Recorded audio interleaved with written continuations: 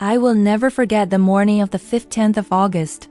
The whole parish was singing, "In giving birth you preserved your virginity," while I sat in the back pew, black scarf over my head, clutching my prayer rope so tightly my knuckles went white. Because, at that exact moment, on the greatest feast of the Theotokos, my husband of 17 years was standing in a civil office across the city, placing a ring on another woman's finger. He had left me and our 4 children 6 weeks earlier, saying he had never truly been happy. Now, while the church was filled with incense and joy, he was marrying her on the day we celebrate the falling asleep of the Mother of God. I slipped out before the end of the service, went home, locked myself in the bedroom, and fell face down in front of the icon of Saint Mary of Egypt. I wept until I had no tears left. Then I whispered the only words I could manage. "Saint Mary, you who lived 47 years in the desert repenting of one great sin, have mercy on my husband. If you can be saved, then surely he can. Go find him. Drag him through whatever desert he needs, and bring him home by Nativity. My name is Kyriaki." Christos and I were crowned in the little church of the Dormition in our village when we were 23 and 22. The priest circled us 3 times while the whole village sang. Christos cried when he placed the crown on my head and promised before God, the Theotokos, and all the saints that he would love and cherish me until death. We had our first child, Eleni, baptized on the feast of Saint Kyriaki. Then came Theodoros, Anastasia, and little Ionis. For 16 years we lived the Orthodox life together, fasting, feasting, confession every month, standing for hours in liturgy, teaching the children to make prostrations. Our home was full of icons, incense, and love. Everyone said we were the family that proved the church still produces holy marriages. Then came the slow poison, a new colleague at his architecture firm. Late nights, working on projects, a new perfume on his coat, a new hardness in his eyes when he looked at me. I found the first message on the Feast of the Transfiguration of all days.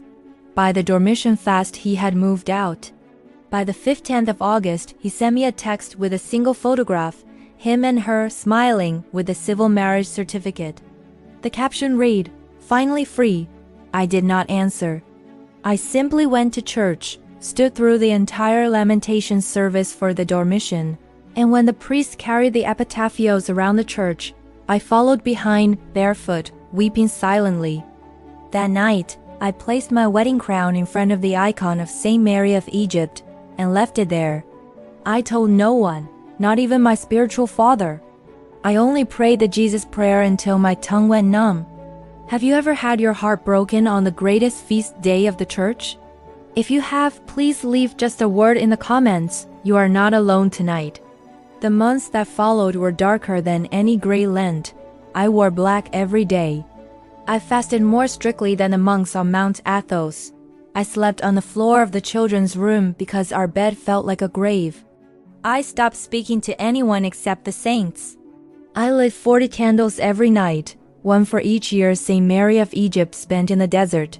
I begged her, I bargained with her, I wept at her feet. I told her that if she could be forgiven for a life of fornication, then surely my husband could be forgiven for one great betrayal. The children asked why Papa was not coming for the Nativity fast. I told them he was very far away, but the saints are looking for him. They did not understand, but they began to pray with me every night in front of Saint Mary of Egypt's icon. Little Ionis, only 5, would kiss the icon and say, "Saint Mary, please bring Papa home for Christmas." Then came the night of December 23rd. I had just finished reading the royal hours of Nativity to the children. They were asleep. I went to the icon corner, as I had every night for 123 nights, and began the Ekathes to Saint Mary of Egypt. I was so tired I could barely stand.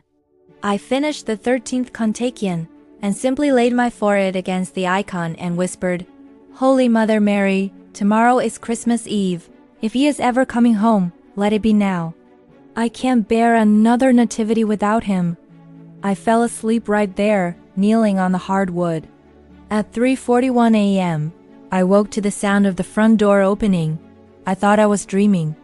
I stumbled into the hallway in my black robe, candle in hand, and there he stood, Christos, bearded, thin, barefoot in the snow, wearing only a thin sweater, clutching his prayer rope and a small icon of Saint Mary of Egypt that I had never seen before. His face was gray with cold and grief. He dropped to his knees in the doorway and began to sob so violently I thought he would be sick. Between gasps he managed, "Kyriaki, forgive me." Saint Mary of Egypt came to me. She stood in the room. She said, "Your wife and children are waiting. Go home before the feast, or you will lose them forever." I left everything. I ran. "I'm so sorry. Please let me come home." He told me everything that night, voice breaking with every word. He had been living with her in Athens. They had planned a big civil Christmas party. On the evening of December 22nd, he had fallen asleep early, exhausted from arguing with her about his refusal to remove his baptismal cross. He woke in the night to find a woman standing at the foot of the bed. She was tall, dark-skinned, wearing ragged clothes, hair wild, eyes burning with love and sorrow. She held a small wooden cross in her hand. She did not speak at first, only looked at him until he began to tremble. Then she said in a voice that shook the room, "17 years ago you were crowned to Kyriaki before God. That crown is still on your head in heaven. Leave this bed and go home before the Nativity, or you will lose your soul." She vanished.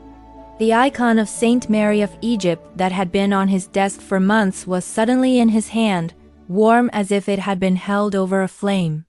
He packed nothing but that icon and his prayer rope, left the civil ring on the kitchen table with a note that said "Only forgive me," and took the first night bus north. What would you have done if your husband appeared half frozen on your doorstep on Christmas Eve, claiming a saint had visited him? Would you have believed? Share quietly in the comments if the spirit moves you.